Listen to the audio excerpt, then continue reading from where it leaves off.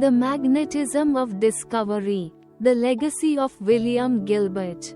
William Gilbert, a renowned doctor in London at the end of the 16th century, was not only a skilled physician but also a passionate scientist. Although he initially focused on chemistry, a marvelous discovery changed everything: natural magnets. People said that if you rubbed garlic on a magnet, its magnetism would disappear. Ancient Greek doctors even used magnets to grind into powder for burn treatments, eye diseases, and ointments. As a curious physician, Gilbert couldn't resist the allure of this method. But what truly captured his attention was a mysterious phenomenon discovered by Robert Norman. Norman, a talented inventor, had traveled halfway around the world and faced numerous challenges while crafting a compass. When he filed the magnet into a pointer, he noticed that the north-pointing end always tilted downward, pulled by the Earth's south pole. To compensate, Norman had to attach a weight to the south end of the magnet to maintain balance. However, when the compass needle tilted too much, he had to shorten the needle pointing north, and the compass broke, leaving Norman furious. "What in the world is going on?" Norman muttered in frustration, unable to let this strange phenomenon remain unexplained. He set to work investigating it. Norman discovered magnetic declination, the phenomenon where a freely moving compass needle tilts toward the ground due to the Earth's magnetic field. This tilt varies with different latitudes on Earth.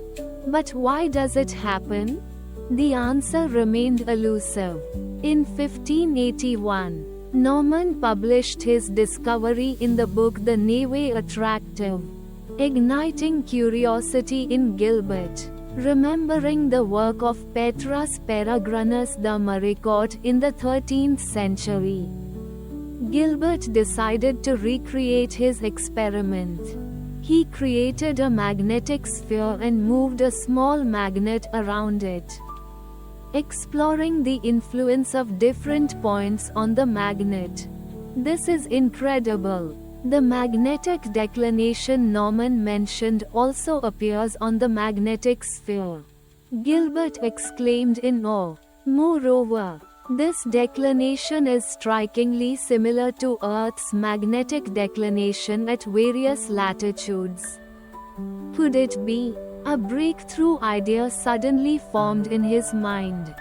To verify his findings, Gilbert sketched the directions of the compass needle on each part of the sphere.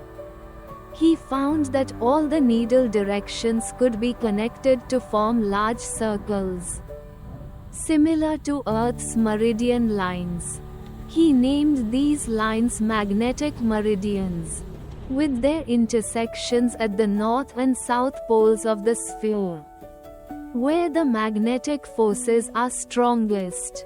The directions of the compass needle on the magnetic sphere mirror those on Earth's surface, he confidently declared.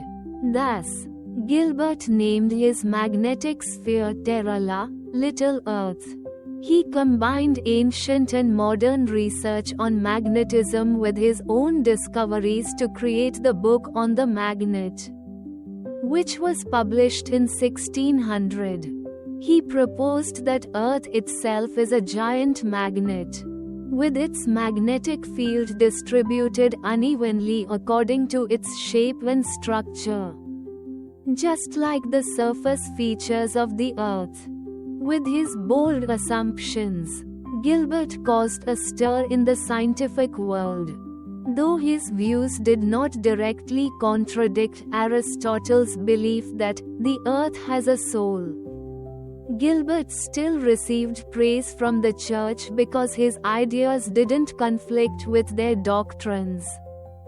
Furthermore, he also thoroughly studied amber and other materials that attracted light objects after friction. This led him to a new name for this phenomenon, electricus, electric. Thus, Gilbert coined the term electricus from the Greek word for amber, electrum, which eventually evolved into the English word electric. This marked the first step in distinguishing between magnetism and electricity. Although Gilbert's theory that electricity comes from air was later proven incorrect by modern science, he had opened the door to the study of electromagnetism. As the father of electromagnetism, Gilbert laid the foundation for the study of electricity and magnetism, even though it would take centuries before the field of electrical science reached major breakthroughs. Magnets, being stable and easy to study, were researched much earlier than electricity, which proved to be a more complex phenomenon. Nevertheless, Gilbert's early work set the stage for a new scientific era, bringing us closer to understanding electricity and magnetism.